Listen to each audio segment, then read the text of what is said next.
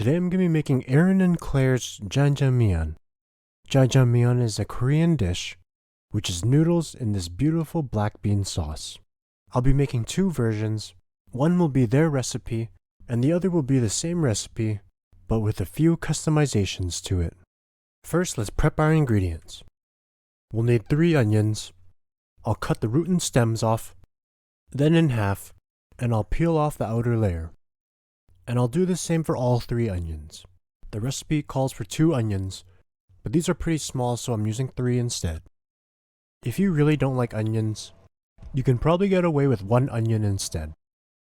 I'll cut the half onion horizontally, and I'll cut them into big chunks like this. You can cut the onion up into any size you want, but I really enjoy eating the big chunks of onions. I'll do the same for the rest of the onion halves here, and I'll grab a plate to put the onions aside for now. Next we'll need 6 green onions that I have already washed. Cut off the end with the roots, and I'll cut in the middle of the green onions to separate the greens from the whites. I'll save some of the greens as a garnish, and then the rest will go into the sauce. I'll roughly chop the green onions here, and I'll put it aside with the onions, and I'll chop up the garnish of the green onions into more fine, smaller pieces. And I'll put this garnish on a separate plate as well. Next we'll need some ginger. We only need about half a teaspoon of ginger, so this little nub that I have here is probably enough.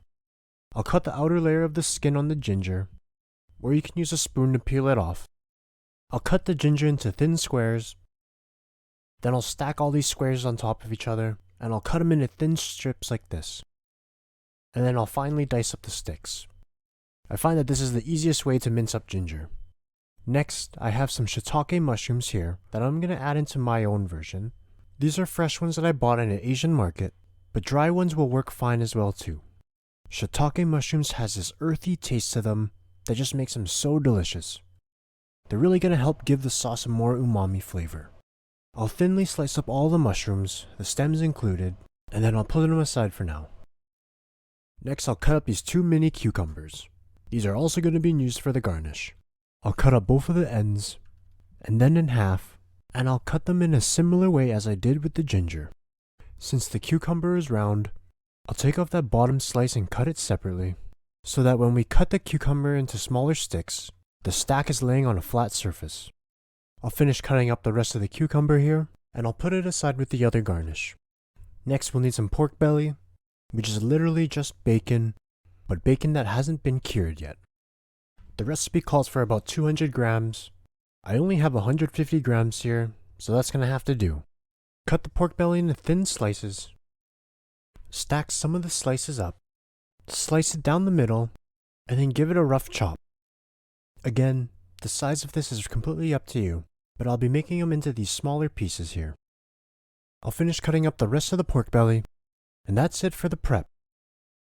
We will also need this Korean black bean paste, which I found at my local Asian market, and also these Korean noodles that are freshly made. On the recipe it says you can use many different kinds of noodles, but I think you want these ones if you want the ones that are used in Jjajangmyeon.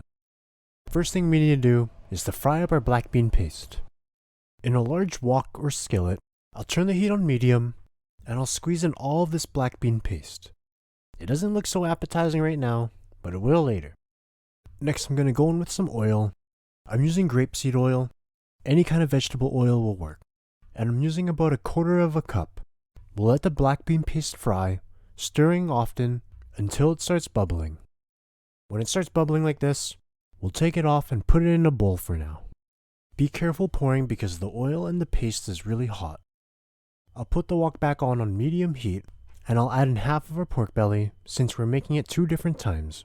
I'm also going to add in 1.5 tablespoons of the oil from the black bean paste. Let the pork belly fry until it is golden brown. Getting the pork belly to golden brown will take a few minutes, so let it cook until it's brown on most sides. Once it's browned, I'll go in with half of the ginger and a tablespoon of soy sauce. Be careful of oil splatter when you put in the soy sauce. I'll give it a quick mix, and then I'll go in with half of the green onions, and then half of the onions as well. Turn the heat on high, and let the vegetables stir fry for a couple minutes. Stir often, and try to break up the onion clumps as it starts to cook down. After a couple of minutes, go in with a tablespoon of oyster sauce. Next we'll need 2 tablespoons of sugar, as well as half a tablespoon of this chicken bouillon powder, and then 2 tablespoons of our black bean paste that we fried up earlier. Give everything a mix.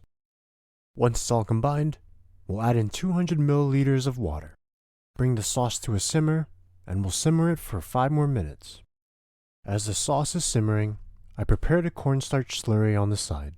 I used about half a tablespoon of cornstarch with 1 tablespoon of water, and then just mixed it up. After simmering the sauce for a few minutes, I'll go in with the cornstarch slurry that I made. I'll stir this immediately and let it cook for another minute or so. The cornstarch slurry is going to help thicken up the sauce. When it looks like this, I'll take it off the heat and I'll set it aside for now. Now let's make some of the noodles. In a pot that's larger than the one that I'm using, we'll fill that up with water and then bring it to a boil. Once it's boiling, we'll go in with our noodles. These will only take about 3 minutes to cook since they are fresh noodles. As the noodles are cooking, I'll grab a large bowl and I'll put some cold water into it so that when the noodles are done cooking, I can place the noodles right into the cold water. Now that the noodles are done, I'm going to make my own customized version of it now. This version is basically the same, but it just has a couple more ingredients. I put the other sauce that we made earlier into a separate bowl, and I'll be using the same wok. I'll go with 1.5 tablespoons of the oil that we used to fry the black bean paste. Once the oil's hot, I'll go in with the other half of the pork belly that we reserved earlier, and then we'll fry it until it's golden brown. Once it's nice and deeply browned, we'll go in with a tablespoon of soy sauce, a half tablespoon of ginger, give it a mix till the ginger's aromatic, and I'll go in with the rest of the green onions, the onions, and I had a couple shallots that were sitting in the fridge, so I cut them up and I'll put them in as well. Turn the heat on high and saute the aromatics for a couple minutes, breaking up the clumps of onions as you go. After a couple minutes, we'll add in all of those shiitake mushrooms. Mix it up and let it cook for another minute or two, and we'll go in with a tablespoon of oyster sauce, as well as 2 tablespoons of sugar and a tablespoon of this chicken bouillon powder, and finally 2 tablespoons of the black bean paste. Mix it all together, and then we'll go in with 200 milliliters of water. Bring the sauce to a simmer, and then I'll simmer it for another 5 minutes. I will also go in with a Korean pepper chili flake. This is also called gochugaru, and I'll add in some just to spice things up a bit. I'll prepare another cornstarch slurry as it's simmering, and I'll pour it right in. One final mix, and here's the second jjajangmyeon sauce. Let's put everything together now. I'll make 2 different plates, and this first one is Aaron and Claire's version. I'll grab a couple of spoons of this sauce and put it on top of the noodles. And the second one here is the one that we just made, and this is the one that I added a couple more ingredients to. And then for this cucumber garnish, I'm just going to grab a little handful here and place it right on top. The cucumber gives a nice cool freshness, and it helps balances this really deep and savory sauce. Then finally, just a sprinkle of this green onions. And here's both of the jjajangmyeon. They both look so delicious, and can't wait to try them out. I'll mix up the first one here. Once it's mixed up, I'll give it a taste. And wow, it is just so good. It has so many deep flavors, and it is just bursting with aromatics, and the cucumber really keeps it nice and fresh. It was so good that I had to take another bite. I'll move on to the customized version. I'll mix it up, and once it's all mixed together, I'll give it a taste. And this one was really good as well. Adding in the shiitake mushrooms was a great idea. The Korean pepper flakes gave it this spice that really adds to the flavors, and overall, it was definitely worth adding those ingredients.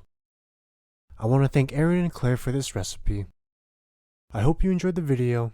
Like, subscribe, and leave a comment down below. And I'll see you in the next one.